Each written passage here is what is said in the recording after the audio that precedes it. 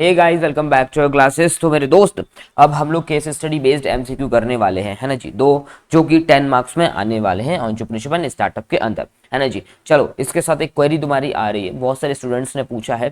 दो क्वेश्चंस थे, practical questions थे मॉड्यूल नंबर 2 के। एक बॉक्स अनलिमिटेड वाला था, है ना, और एक और उससे पहले वाला था, है ना जी। तो तुमने भी सॉल्व किया होगा। प्रैक्टिकल क्वेश्चन था वर्किंग कैपिटल का, जिसके आंसर्स नहीं निकल रहे हैं। तो जो बॉक्स अनलिमिटेड वाला जो क्वेश्चन है, उसका या तो क्वेश्चन में कुछ गड़बड़ी है या फिर उसके आंसर में कुछ गड़बड़ी है ना।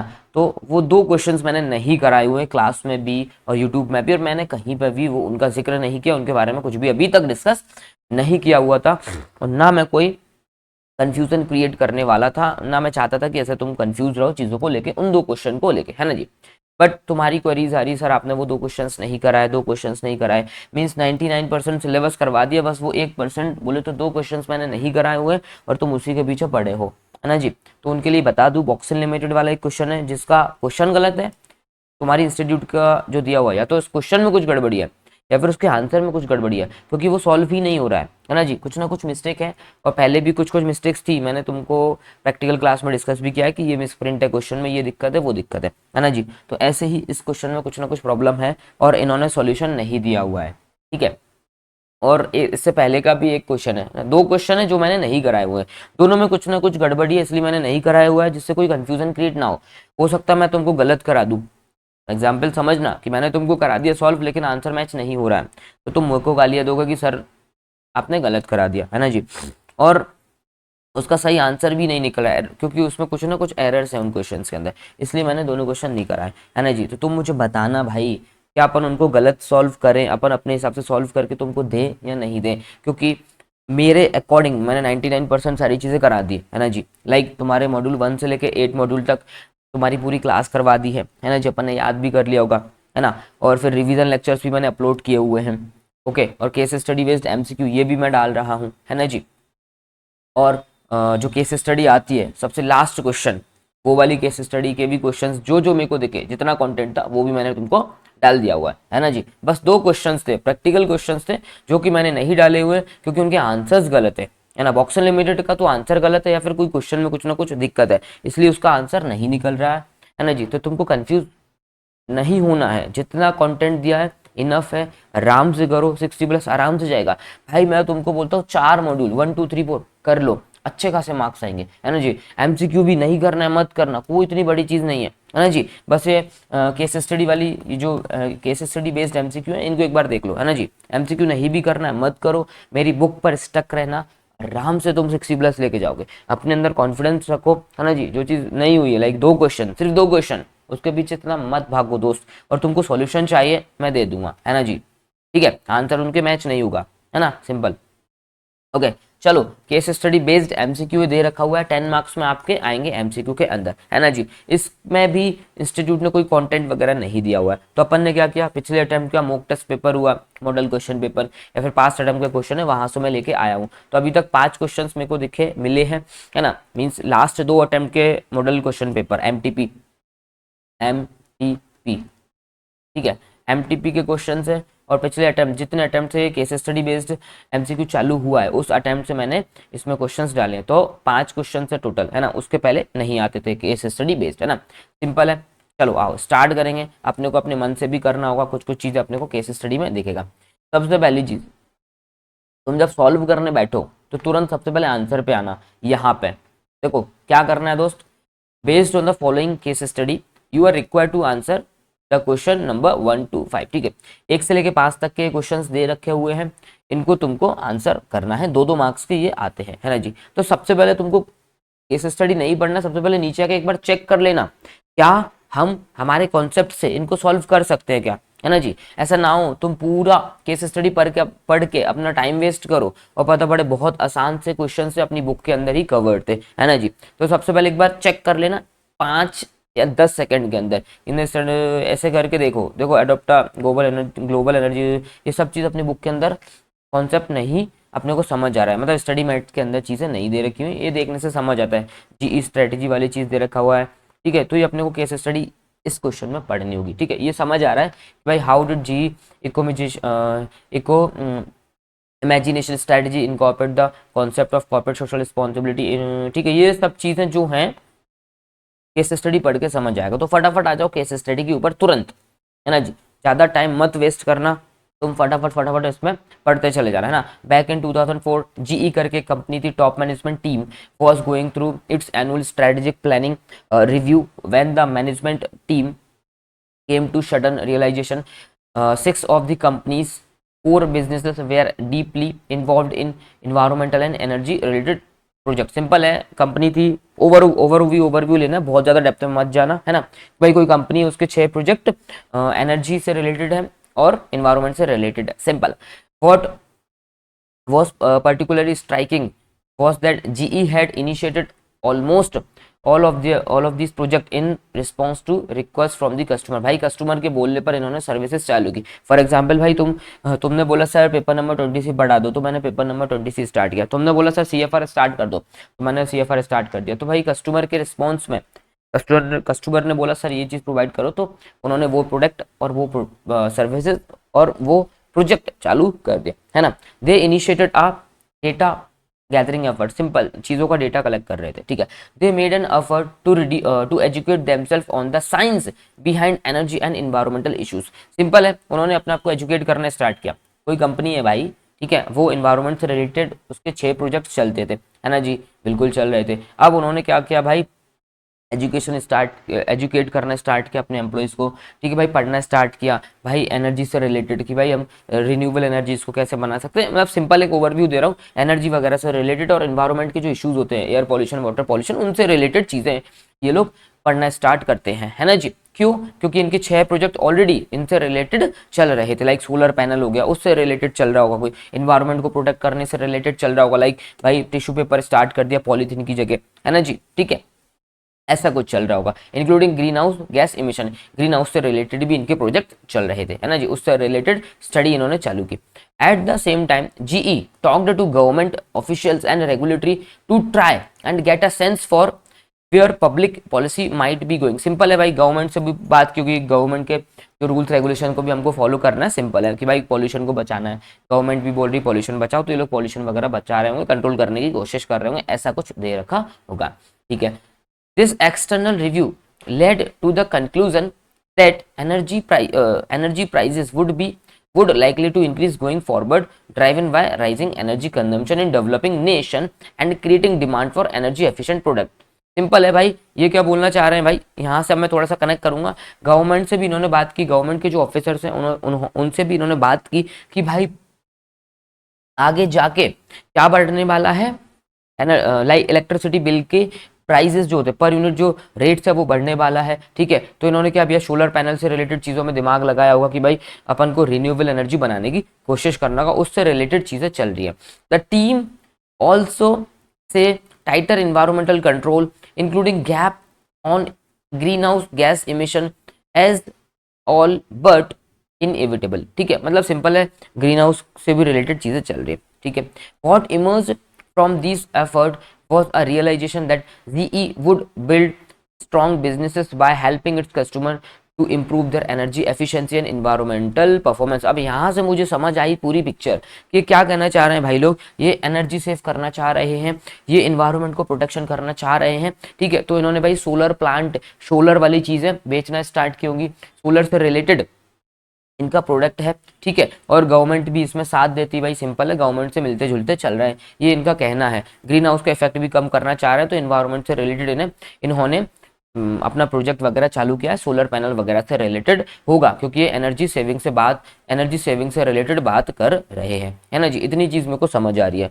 What emerge from this effort was the realization that GE could build strong businesses by helping its customer. Simple, अपना बिजनेस वगैरह अच्छा खासा बना सकते हैं सोलर पैनल वगैरह बेच के, है ना जी। Thus was born GE's eco imagination strategy, ठीक है भाई, इनकी कोई इको इमेजिनेशन स्ट्रेटेजी इन्होंने चालू की हुई है। फर्स्ट रोल्ड आउट इन 2005 में the eco imagination strategy cut across the businesses, ठीक है। कि इको इमेजिनेशन का मतलब है भाई एनर्जी को बचाना है, ठीक है, एनर्जी सेव करना है, ठीक है, या फिर एनर्जी कम से कम लगे, एनर्जी मतलब लाइट इलेक्ट्रिसिटी, और इन्वायरमेंट को प्रोटेक्ट करना है, सिंपल एनर्जी। इससे रिलेटेड कुछ ना कुछ इन्होंने स्ट्रेटजी चालू की हुई है, क्योंकि इन्होंने एग्जैक्ट चीजें नहीं दे रखी कि भाई कर क्या रही है कंपनी, घुमा फिरा के चीजें दे रखी हुई, थोड़ी सी टफ है ना। The corporate goals were broken into sub goals and handed down to the relevant businesses. Simple है भाई, कॉर्पोरेट गोल है भाई एनर्जी को सेव करना है, एनवायरमेंट को प्रोटेक्ट करना है, इससे रिलेटेड चीजें जानी है, तो भाई सबको वो गोल दे दिया। कंपनी के अंदर जितने भी सबऑर्डिनेट्स हैं उनको छोटे छोटे गोल्स दे दिए, ये तुमको करना है एनर्जी से रिलेटेड, है ना जी, एनवायरमेंट को प्रोटेक्शन से related. Okay, performance against goals was reviewed on the regular basis. ठीक है, इनको जो गोल दिए थे उनसे रिलेटेड क्या इनकी परफॉर्मेंस को रिव्यू किया जा रहा है ना जी। The compensation of executives was tied to their ability to meet the goal. Simple है भाई, अगर तुम अपने गोल्स को अचीव करोगे तो तुमको कुछ बोनस वगैरह हम प्रोवाइड करेंगे। The effort soon started to bear fruit. भैया एफर्ट, हर कोई व्यक्ति एफर्ट डालना स्टार्ट कर दिया। These included a new generation of energy efficient appliances, more efficient fluorescent and LED lights। अब यहाँ पे मुझे समझ आता है, ये सोलर पैनल भी बेच सकते थे, अब इन्होंने क्या बेचना स्टार्ट किया, energy efficient appliances, like electronic वाली चीजें, जिसमें लाइक वॉशिंग मशीन लेता हूँ कम इलेक्ट्रिसिटी खाएगी, वो वाली वॉशिंग मशीन चालू कर दी। एलईडी लाइट्स बेचने स्टार्ट किया। पहले बल्ब आते थे भाई 10-10 रुपए वाले, तुमको ध्यान हो, बहुत एनर्जी खाते थे, वो बहुत लाइट लगती थी, येलो कलर के आते थे, है ना जी। अब भाई एलईडी बल्ब्स आ गए, छोटे छोटे छोटे छोटे से। इससे पहले ट्यूबलाइट्स चलती थी, ट्यूबलाइट्स भी बहुत इलेक्ट्रिसिटी खाती थी। अब एलईडी बल्ब्स, ऐसा कम इलेक्ट्रिसिटी खाने वाली चीज़ें इन्होंने मार्केट में लॉन्च कर दी। ठीक है भाई, a new jet engine that burn 10% less fuel, a hybrid locomotive that burn 3% less fuel and put out 40% lower emission than its immediate predecessor, lightweight plastics to replace the steel in car। Simple है भाई, car के अंदर इन्होंने ऐसे ऐसे engine use किए जो कम से कम फ्यूल खाएंगे। ठीक है, ऐसी चीज बोल रहा है। और कार का जो वेट होता है, स्टील्स की जगह जहां पे इनको दिखता है प्लास्टिक वगैरह यूज करना है, वो चीज यूज करना स्टार्ट किया, जैसे कार का वेट कम हो और कार अच्छा एवरेज देगी। लाइक एक कार है जिसका वेट है 100 kg, तो वो 20 का एवरेज देगी, मतलब 1 लीटर में 20 किलोमीटर जाएगी। और कोई कार है जिसका वेट है सिर्फ 50 kg, है ना, तो वो 40 का एवरेज देगी। ये सब एग्जाम्पल दे रहा हूँ ना, 40 का एवरेज बहुत कोई गाड़ी नहीं देती है ना जी, तो वेट के ऊपर भी डिपेंड करता है। तो उन्होंने क्या किया भाई, स्टील वाली चीज़ें जो चीज़ हटा सकते थे उन्होंने प्लास्टिक वाली चीज़ें लगाना स्टार्ट किया, जिससे हम पेट्रोल बचा सके। और नई नई टेक्नोलॉजीज का यूज़ किया, technologies for turning coal into gas in order to drive electric turbine. Simple है, इलेक्ट्रॉनिक टर्बाइन वगैरह इन्होंने बनाना स्टार्ट किया भाई, नई नई टेक्नोलॉजी का यूज़ किया। उन टेक्नोलॉजीज में ये क्या भाई भाई कोल जलता था, कोल की जगह इन्होंने गैस डालना स्टार्ट कर दिया। ऐसी चीजें इन्होंने की हुई हैं।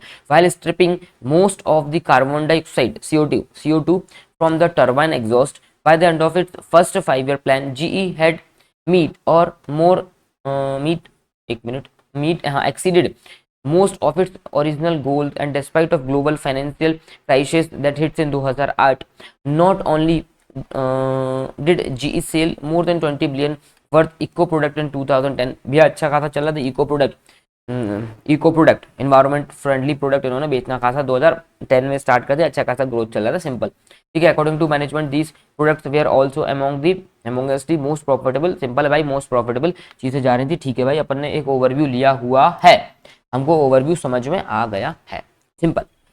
ठीक है भाई, अपने पास बहुत ज़्यादा समय नहीं होगा, 10-15-20 मिनट में अपने को पूरा केस स्टडी कंप्लीट करना होगा एग्जाम में, है ना। ऐसा नहीं है तुम बिल्कुल एक एक पॉइंट को पढ़ रहे हो, मोटा मोटा तुमको समझ में आना चाहिए। अब फर्स्ट क्वेश्चन पढ़ो, क्या कहता है। इन स्ट्रेटजी मेकिंग, 2 मार्क्स में आने वाला है दोस्त। In strategy making what important factors did GE management team focus on when formulating the eco imagination strategy. क्या बोल रहा है, कौन कौन से इंपॉर्टेंट फैक्टर्स उन्होंने दिमाग में लगाए होंगे, कौन कौन से इंपॉर्टेंट चीजें उनकी टीम ने सोचा होगा जब इको इमेजिनेशन स्ट्रेटजी चालू कर रहे हैं वो लोग। ठीक है, तो adopting to global energy regulation, global energy से रिलेटेड इन्होंने कहीं पर भी कोई बात नहीं की हुई है, तो इसको मैं रिजेक्ट कर रहा हूँ। ठीक है, listening to and addressing customer की demand for environment friendly product. ये इन्वायरमेंट फ्रेंडली प्रोडक्ट मेरे को समझ आ रहा है भाई, इन्वायरमेंट फ्रेंडली प्रोडक्ट ये दे रहे हैं, किस पर दे रहे हैं, कस्टमर की डिमांड पर दे रहे हैं। ये क्वेश्चन ये मेरे को आंसर लग रहा है। अगर अपन यहाँ पे भी देखें, देखो मैंने हाईलाइट भी किया हुआ था शायद, है ना। क्या कर रहे हैं, GE had initiated almost all of this product in response to request from the customer, means customer की डिमांड आने पर कस्टमर बोलता है इको फ्रेंडली प्रोडक्ट बनाओ, तो इन्होंने बनाना स्टार्ट किया। तो मेरे को सेकंड आंसर लग रहा है, ठीक है। हालांकि थर्ड और फोर्थ भी पढ़ेंगे। Pending into new geographical market, ये तो कहीं से कहीं तक नहीं है भाई, इसके बारे में इन्होंने कहीं भी डिस्कशन नहीं किया गया है। Focusing solely on internal business capabilities, तो ये भी नहीं है, ये भी नहीं है, ये भी नहीं है, हमारा आंसर ये है ना, सिंपल। इस तरीके से अपने को आंसर्स को पढ़ना होगा और नॉकआउट भी करना होगा कि भाई ये वाला नहीं है, ये वाला नहीं है, ये वाला नहीं है और ये वाला है ना जी, बरोबर है। चलो next question, when Jeff Immelt GE CEO. अब भाई ये जेफ इमेल्ट के बारे में कहीं भी कोई जिक्र नहीं आया, इन्होंने डायरेक्टली बोल दिया भाई कंफ्यूज करने के लिए जेफ इमेल्ट कि तुम ढूंढते रहो, ये व्यक्ति का नाम तुमको कहीं नहीं मिलेगा। सिंपल है, उन्होंने बोला जीई कंपनी का नाम है, इसका सीईओ है ये बंदा। क्या हुआ, sage green is green, what does this mean. Simple, तुमको ये समझना, ग्रीन इज ग्रीन, ग्रीन का मतलब भाई इको फ्रेंडली प्रोडक्ट बनाओ, इको एनवायरनमेंट को बचाओ, इस चीज़ के बारे में बात कर रहा है। बाकी अगर तुम ये ढूंढने पे जाओ तो ये चीज़ तुम्हें कहीं नहीं मिलेगी, ना ये चीज़ मिलेगी तुमको। बस सिंपल तुमको अपने मन से समझना होगा, तुम फाइनल में हो कि भाई इस केस स्टडी में ग्रीन इज ग्रीन का मतलब क्या हो सकता है, ठीक है। एनवायरनमेंट और एनर्जी से रिलेटेड पूरी केस स्टडी घूम रही है, तो एनवायरनमेंट और एनर्जी से रिलेटेड चीजें होनी चाहिए, है ना जी। तो बोला investing in environment friendly product, ठीक है, एनवायरनमेंट फ्रेंडली प्रोडक्ट से रिलेटेड चीजें मेरे को मिल गई, ये हो सकता है। Is both profitable and beneficial for sustainability, ये हो सकता है, ये आंसर हो सकता है। बाकी के तीन भी हम पढ़ेंगे, तीनों को नॉकआउट करेंगे, एक आंसर को अपने को लगाना रहेगा। इन्वायरमेंट फ्रेंडली प्रोडक्ट से रिलेटेड ही यहाँ पे बात कर रहे हैं, मेरे को लग रहा है ए हो सकता है। Investing in green technology is cost ineffective for companies in long run. क्या बोल रहे हैं कि अगर तुम ग्रीन टेक्नोलॉजीज में यूज करोगे, ग्रीन टेक्नोलॉजीज में इन्वेस्टमेंट करोगे, लाइक इको फ्रेंडली चीजें पढ़ाओगे बनाओगे तुम, तो तुमको बहुत ज्यादा कॉस्ट लगेगी। इसके बारे में कोई जिक्र नहीं किया गया है, कुछ भी चीज नहीं हुई है, ठीक है। The focus on green product limits opportunities for profitability, कि भाई अगर तुम ग्रीन प्रोडक्ट्स पर काम करोगे तो तुमको प्रॉफिट वगैरह नहीं मिल पाएगा, ऐसा कहीं भी जिक्र नहीं किया गया है, बल्कि उल्टा बताया गया है केस स्टडी में। क्या बताया गया, देखो दोस्त, not only did GE sell more than 20 billion worth eco product in 2010, according to the management these products were also among the most profitable in GE's portfolio। मतलब 2010 में 20 बिलियन का काम किया और मोस्ट प्रॉफिटेबल चीजें हैं। तो ये वाला भी अपन नॉकआउट करते हैं कि भाई ये अपॉर्चुनिटीज और प्रॉफिट वगैरह नहीं मिल रहा है, तो ये अपन ने नॉकआउट किया, एक गलत लिखा हुआ है ना। Eco friendly products are only beneficial for environmental reason not financially. क्या बोल रहे हैं, जो अगर इको फ्रेंडली जो प्रोडक्ट्स हैं वो सिर्फ एनवायरनमेंट के लिए अच्छे हैं, फाइनेंशियली अच्छे नहीं है, मतलब वो बहुत महंगे आते हैं, वो बोलना चाह रहे हैं। तो ऐसा कुछ भी नहीं है, इको फ्रेंडली प्रोडक्ट महंगे आते हैं ऐसा कुछ बताया गया क्या, नहीं बताया गया, है ना जी। इनफैक्ट वो तो सस्ते पड़ेंगे, एनवायरनमेंट से रिलेटेड है, तो मैंने तुमको बताया था। ए वाला मेरे को आंसर लग रहा है, तो इसका आंसर ए है। Investing in eco friendly product is both profitable होगा और बेनिफिशियल रहेगा। सस्टेनेबिलिटी का मतलब है लॉन्ग चलेंगी चीजें, लॉन्ग टर्म जाएगी, है ना, ठीक है भाई। चलिए आ जाइएगा, What strategy did GE use to measure the success of the Eco Imagination Initiative? चलो मेरे दोस्त, एक बात मुझे बताओ, मेरे को चाहिए तुमसे फीडबैक कि अपनी क्लासेस का क्या फीडबैक है भाई लोग, कुछ इंप्रूवमेंट तुमको चाहिए तो मेरे को बताओ, है ना जी। और जो भी बुराई है वो सब चीज़ मेरे को आप बताओ, व्हाट्सएप पे बता दो, मेरे को यूट्यूब पे बता दो, यूट्यूब पे कोई भी कमेंट में बता दो, है ना जी। सारी चीज़ें आप मेरे को बताओ। ये मेरा नंबर है 7999317161, इस पे आप मेरे को बताओ, कोई भी दिक्कत कोई भी परेशानी है वो भी बताओ आप मेरे को, है ना जी। और मेरे को फीडबैक भी इसका चाहिए, है ना जी। चलो जो भी रहे प्लीज आप मेरे को व्हाट्सएप करो, यूट्यूब पे कमेंट में डालो, है ना। प्लीज आप बताइए क्लासेस के बारे में, बुक के बारे में। चलिए आ जाओ। और कोई भी सब्जेक्ट आपको लगता है कि मेरे को पढ़ाना चाहिए तो वो उसके लिए भी आप मेरे को सजेशन दे सकते हो, है ना जी। चलो आओ। What strategy did GE use to measure the success of the Eco Imagination Initiative? मतलब कि उन्होंने कौन कौन सी स्ट्रेटजीज के बारे में सोचा होगा जब इको इमेजिनेशन के बारे में कर रहे होंगे वो चीज़, तो ठीक है। Increase market share in eco friendly product only लगा दिया इन्होंने। क्या बोला, मार्केट शेयर बढ़ाना चाह रहे हैं सिर्फ इको फ्रेंडली प्रोडक्ट में, ओनली लगा दिया, तो मेरे को थोड़ा सा डाउट हो रहा है इसमें। इको फ्रेंडली पे नहीं जाएंगे, बाकी इनके सिर्फ 6 प्रोजेक्ट इको फ्रेंडली पर चल रहे थे, बाकी प्रोजेक्ट के बारे में इन्होंने कुछ भी नहीं बताया हुआ, तो मैं इस चीज़ को नहीं बोल सकता कि भाई इनको सिर्फ मार्केट शेयर बढ़ाना सिर्फ इको फ्रेंडली प्रोडक्ट में। अगर सिर्फ इतना लिखते increase market share in eco friendly product, तो मैं ए पे डन कर देता, टिक कर देता, इसका आंसर ए बोल देता, लेकिन ओनली लगा के थोड़ा सा मुझे कंफ्यूज कर दिया, दिक्कत क्रिएट कर दी, ठीक है। चलो, रेगुलर रिव्यू करना अपने को business performance against sustainability goal with executive compensation tied to achieve this goals. ये लाइन मैंने तुमको पढ़ाई है, मुझे लग रहा है ये लाइन आंसर है, क्यों है भाई? क्योंकि दे रखी हुई है। Performance against goals was reviewed on the regular basis and the compensation of executives was tied to their ability to meet the goals. ये दे रखा हुआ है भाई, इन्होंने इको इमेजिनेशन वाली स्ट्रेटेजी लगाई हुई थी, तो ये उनकी स्ट्रेटेजी थी, ठीक है। वो बार बार ये चीज रिव्यू कर रहे थे, तो मेरा आंसर यही दिख गया भाई, आंसर नंबर बी है। 3 और 4 देखने की रिक्वायरमेंट नहीं है, तो नॉकआउट यहीं पे कर दो, है ना। चलो आओ, चलो चलो चलो चलो, फोर्थ वाला क्वेश्चन पढ़ो। How did GE eco imagination strategy incorporate the concept of corporate social responsibility into its overall business model? मतलब इको इमेजिनेशन वाली स्ट्रेटजी है भाई, सीएसआर को कैसे इन्होंने इनकॉर्पोरेट किया। तो चलो आओ पढ़ते हैं। Why focusing on charity driven initiatives without directly impacting its product offering. ये चैरिटी वाली चीज तो कई बात नहीं हुई है, ठीक है। By creating independent CSR project that operates separately from its company's core business unit। core business unit मतलब क्या बोल रहे हैं, ये सीएसआर करना चाहते हैं इन्वायरमेंट से रिलेटेड, जो कि बिजनेस से अलग होगा। नहीं भाई, ये इको फ्रेंडली प्रोडक्ट में डील करते हैं, इनका ये बिजनेस है, बिजनेस से अलग काम नहीं करने वाले हैं ये लोग, ठीक है।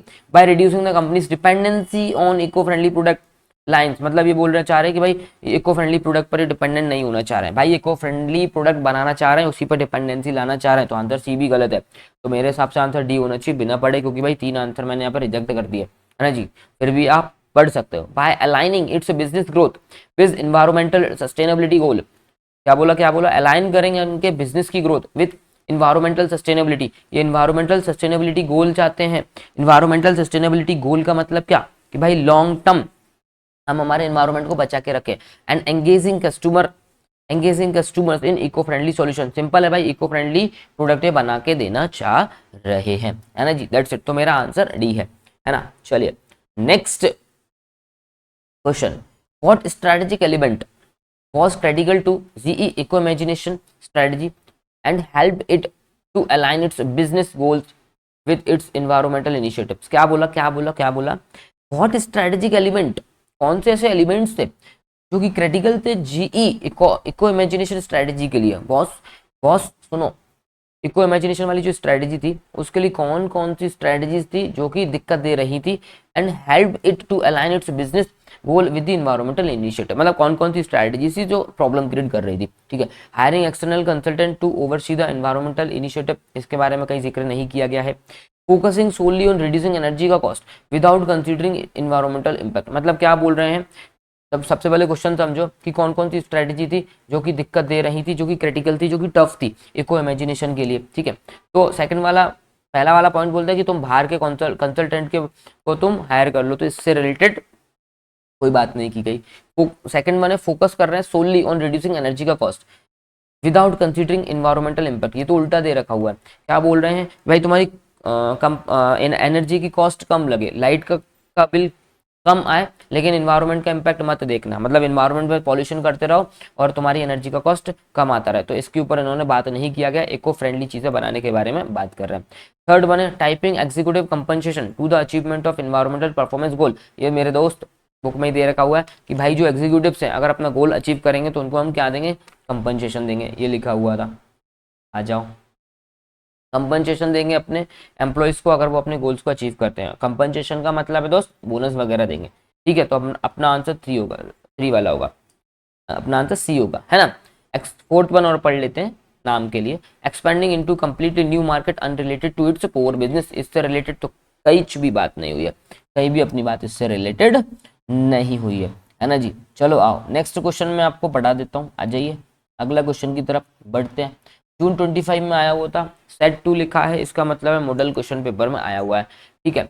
Based on the following case study, ये केस स्टडी दे रखी हुई है, इसके बेसिस पे 1 से लेके 5 तक के अपने को आंसर देना है ना जी। चलो आओ एक बार अपन ओवरव्यू लेते हैं। HP नाम की एक कंपनी है, HP तुमने सुना होगा, लैपटॉप बनाती कंपनी, ठीक है। Being one of the world's largest IT companies with quarterly revenue is this. ठीक है भाई, एक HP नाम की कंपनी है जो लैपटॉप बनाती है, उसका क्वार्टरली रेवेन्यू इतना है, अपने को नंबर से कोई मतलब नहीं है, एक ओवरव्यू लेना है, ठीक है भाई। इतने बिलियन है। Is able to maintain such a wonderful record through the sustainable competitive advantages over the competitor. Simple है भाई, ये अच्छा खासा रेवेन्यू जनरेट कर रही भैया, कॉम्पिटिशन में भी आगे बढ़ रही है, सस्टेन कर रही है मार्केट में, सिंपल है ना जी।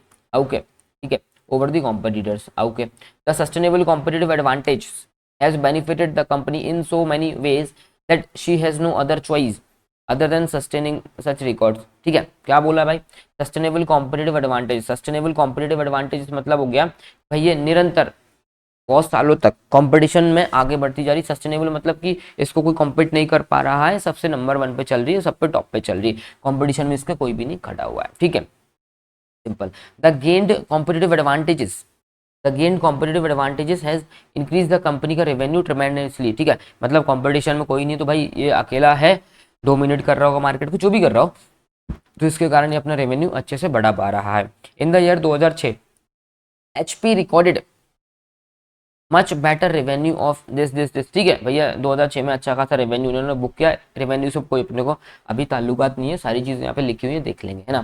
बिलियन अगेंस्ट द राइवल, मतलब इसके कुछ कॉम्पिटिटर्स थे, आईबीएम नाम की कंपनी, अगर तुमने सुना हो तो, नहीं सुना तो भाई अभी सुन लो, आईबीएम, है ना। ठीक है, आईबीएम जो कंपनी थी उसका उसका क्या था भाई, रेवेन्यू इतना दे रखा था, और 2007 में annual revenue of the company was jacked to इतना। सिंपल है भाई, 2006 में रेवेन्यू था 91 बिलियन। ठीक है, और 2007 में इसका 104 बिलियन था, और इसके जो राइवल्स थे मतलब कॉम्पिटिटर्स थे उनका रेवेन्यू कम था, मतलब ये टॉप पे चल रही है अभी भी। ठीक है, to become the first IT company, information technology बोले तो आईटी वाली कंपनी फर्स्ट पे चल रही है। चलिए कोई दिक्कत नहीं है, रेवेन्यू से रिलेटेड बातचीत चल रही है। ठीक है, इट डजंट स्टॉप हियर। ठीक है, वो रुकी नहीं। एक्विजिशन ऑफ ईडीएस इन 2008, एक ईडीएस नाम की कंपनी थी, 2008 में उसको एक्वायर किया। Also jacked up the revenue to 118 billion. ठीक है, मतलब भाई इस कंपनी को क्या क्या अडॉप्ट किया, एक्विजिशन किया गया, खरीदने के बाद उसका रेवेन्यू और बढ़ेगा।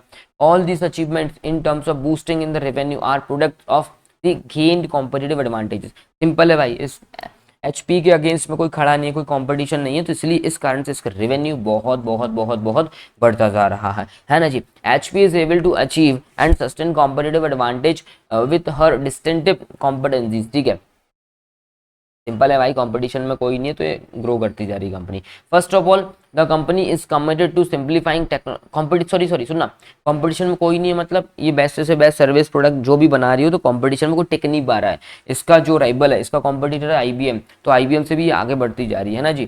तो आईबीएम भी इसको टक्कर नहीं दे पा रही, कंपटीशन में सबसे आगे बढ़ रही है ना जी। तो HP is able to achieve and sustain competitive advantage, competitive advantage को सस्टेन करती जा रही है, निरंतर आगे बढ़ती जा रही है कंपटीशन में। ठीक है, okay. First of all the company is committed to simplifying technologies experience for all its customer. Simple है भाई, कंपनी क्या करना चाह रही भाई, अगर लैपटॉप बनाती है तो भाई ऐसी ऐसी टेक्नोलॉजी का यूज करती है जो सिंप्लीफाई रहे, सिंपली तरीकों से हम यूज कर सकते हैं। सबसे पहला लैपटॉप या सबसे पहला कंप्यूटर बना होगा, बहुत टफ था चलाना, धीरे धीरे टेक्नोलॉजीज का ऐसा यूज करते गए सब कुछ सिंपल होता चला गया। 4 साल का बच्चा आज लैपटॉप और कंप्यूटर क्यों चला पा रहा है, क्योंकि सारी चीजें सिंपल कर दी हैं, टेक्नोलॉजी के कारण चीजें सिंपल हो चुकी हैं, इसलिए वो बच्चा 4 साल का बच्चा मोबाइल लैपटॉप चला पा रहा है आसानी से, है ना जी। अगर इसी टेक्नोलॉजी को अगर तुम जावा लैंग्वेज में डाल दो कि भाई किसी लैपटॉप को चलाने के लिए तुमको जावा लैंग्वेज सीखना पड़ेगा, तो वो 4 साल का बच्चा जावा लैंग्वेज आज नहीं सीखेगा, है ना। तो सिंपल है भाई, टेक्नोलॉजी का ऐसा यूज किया गया कि उसने हमारे डिवाइसेस को आसान बना दिया है यूज करना। This is applicable to all the service rendered ranging from printing, personal computing, software service and IT infrastructure. मतलब जो भी चीज़ें प्रिंटिंग से रिलेटेड है भाई, प्रिंटिंग बहुत आसान हो गई टेक्नोलॉजी के यूज से, है ना जी। 3D प्रिंटिंग वगैरह भी हो गई, 7D प्रिंटिंग भी चालू गई, पर्सनल कंप्यूटिंग भी हो गया, सॉफ्टवेयर वगैरह हो गया, बहुत सारी चीज़ें हैं भाई आसान कर दिए। और ये क्या है भाई, ठीक है, ये कौन कौन सी सर्विसेज दे रहे हैं उसके बारे में बात करें कि ये बहुत सारी सर्विसेज दे रहे हैं आईटी से रिलेटेड। सिंपल है, this is very important since it assist in making virtually all the HP product usable by the intended user by putting the customer first. Simple है भाई, ये क्या कर रहे हैं भाई, कस्टमर को पहले रखे, कस्टमर को प्रायोरिटी देख के चीजें बनाते हैं कि भाई यूजर फ्रेंडली रहे, कस्टमर जो डिमांड कर रहा है उस हिसाब से चीजें बनाई जाए। ठीक है, there is no way one can analyze the competitive advantage to HP company without discussing the HP values. HP value is associated with the complete adherence to the ways or path set out by the founding HP leader. Simple है भाई, HP जो company है, HP जो company उसकी value है, ठीक है, अच्छा खासा रिस्पेक्ट है, रेपुटेशन है, बस ब्ला ब्ला ब्ला चीजें दे रखे हुए हैं, है ना जी। Another way why which the competitive advantage of a HP company is sought is through her concept of developing cross functional individual. Simple है भाई, कॉम्पिटिटिव एडवांटेज इसको कैसे मिल रहा है भाई, क्रॉस फंक्शनल इंडिविजुअल्स का यूज कर रहे हैं कि भाई एक इंडिविजुअल है क्रॉस फंक्शनल काम आता है, एक इंडिविजुअल दो तीन तरीके की स्किल्स का यूज, दो तीन तरीके की स्किल्स आती है तो दो तीन तरीके का वो काम कर सकता है, तो इस टाइप से वो काम कर रहे हैं। ज्यादा दिमाग मत लगाओ, ओवरव्यू दे दिया बस बहुत है। अब आ जाओ अपने मेन क्वेश्चन पे, दो मार्क्स का क्वेश्चन।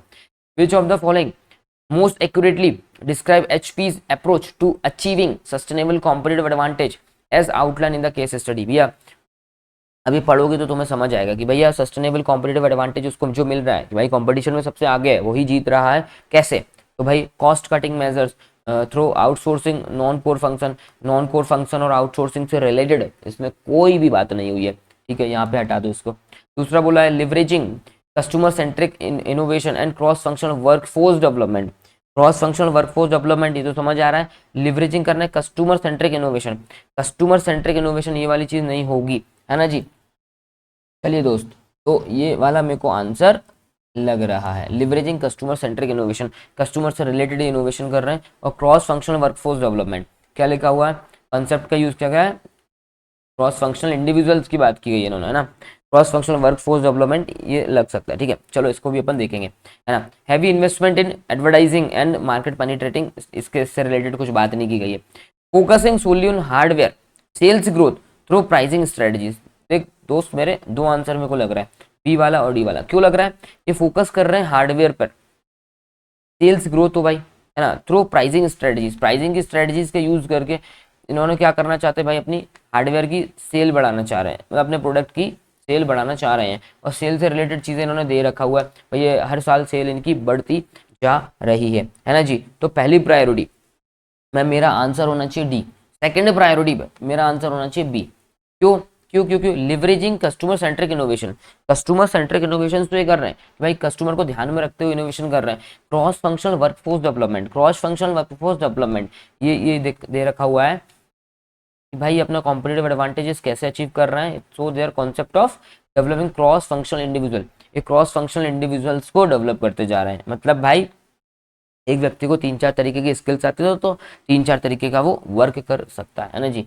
और यहाँ पे क्या दे रखा हुआ है, cross functional workforce development. Cross functional workforce development के कारण क्या हो रहा है दोस्त, क्या हो रहा है दोस्त, क्या हो रहा है दोस्त, ये अपनी सस्टेनेबल क्या बोलते हैं कॉम्पिटिटिव एडवांटेज को अचीव कर पा रहे हैं, है ना। तो मेरे हिसाब से अकॉर्डिंग टू मी इसका आंसर है बी, बट आपके स्टडी मेट में आंसर दे रखा हुआ है डी, ठीक है। तो अपन आंसर डी ही करेंगे, ठीक है।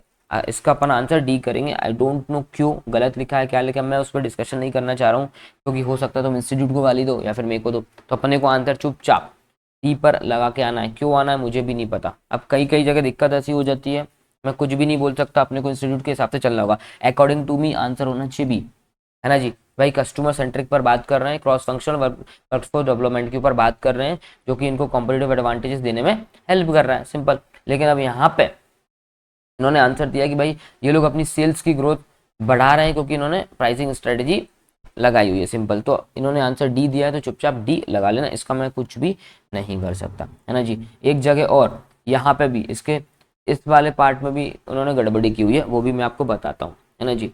हालांकि स्टडी मैट के अंदर भी कुछ गड़बड़ है, बहुत सारी जगह तो गड़बड़ियाँ इनके स्टडी मैट में होती हैं। पेपर में भी इन्होंने गड़बड़ किया हुआ है, मॉक टेस्ट पेपर में भी कुछ गड़बड़ की हुई है ना जी। तो इनकी गड़बड़ी स्वाभाविक है, आती रहती है, अपन कुछ भी नहीं कर सकते, चुपचाप याद कर लो जहाँ पे गड़बड़ है, नहीं तो ये लोग मार्क्स नहीं देंगे, है ना, simple. What role do HP's core value and adherence to founding principles play in its competitive strategy. जो इनकी कॉम्पिटिटिव स्ट्रेटजी है उसके अंदर क्या क्या रोल उसकी वैल्यूज ने क्या क्या रोल उसकी वैल्यूज में आए हुए हैं ना जी। मतलब समझो जो उसकी वैल्यू है, जो HP की जो कोर वैल्यूज हैं उसके कारण से उसको क्या मिला भैया, कॉम्पिटिटिव एडवांटेजेस उसको मिले हुए हैं, है ना जी, सिंपल है।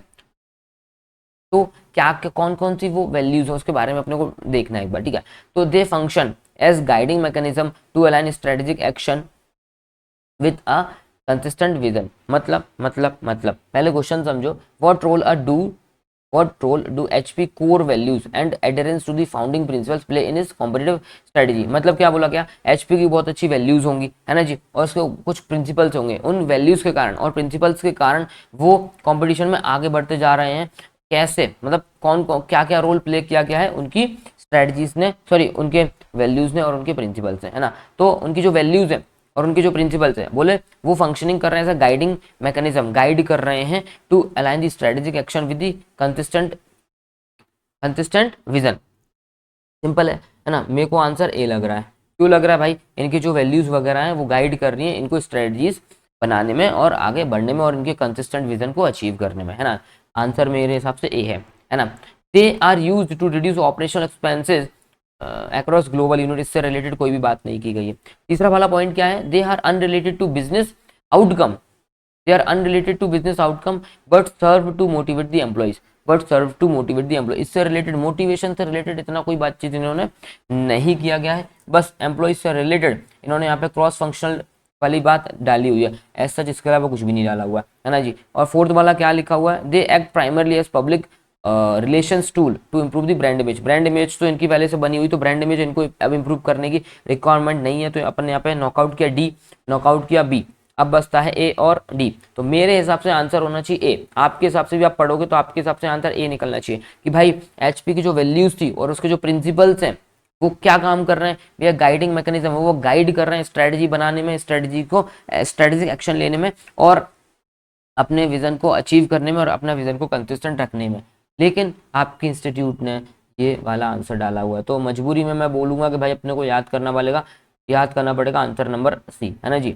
अकॉर्डिंग टू मी अपना आंसर ए है, लेकिन अपने को आंसर नंबर सी याद करना पड़ेगा कि भाई they are unrelated to business outcomes, मतलब वो बिजनेस आउटकम्स पर दिमाग नहीं लगा रहे हैं, but serve to motivate the employees, अपने मतलब एम्प्लॉयज को मोटिवेट करने में लगे। हालांकि अपने को इसको आंसर अपने को याद करना पड़ेगा सी, है ना, लेकिन अकॉर्डिंग टू मी आंसर इसका ए है। तो इंस्टीट्यूट के हिसाब से चलना है, आंसर अपने को सी याद करके रखना है। चलो आ जाओ आगे। The concept of developing cross functional individual, cross functional individual हम डेवलप कर रहे हैं concept. Most closely align with which strategic human resources practice contributing to sustained competitive advantage. मतलब भाई क्रॉस फंक्शन से रिलेटेड है, आ जाओ यहाँ पे पढ़ लेते हैं। जॉब स्पेशलाइजेशन फॉर एफिशिएंसी, समझो क्या लिखा हुआ है भाई, डेवलपिंग क्रॉस फंक्शनल इंडिविजुअल, मतलब एक इंडिविजुअल है उसको दो तीन स्किल सिखाओ जिसमें वो दो तीन तरीके से काम कर सके, है ना जी। इसका मतलब ये होता है क्रॉस फंक्शनल से रिलेटेड। तो अपना आंसर ए हो सकता है क्या?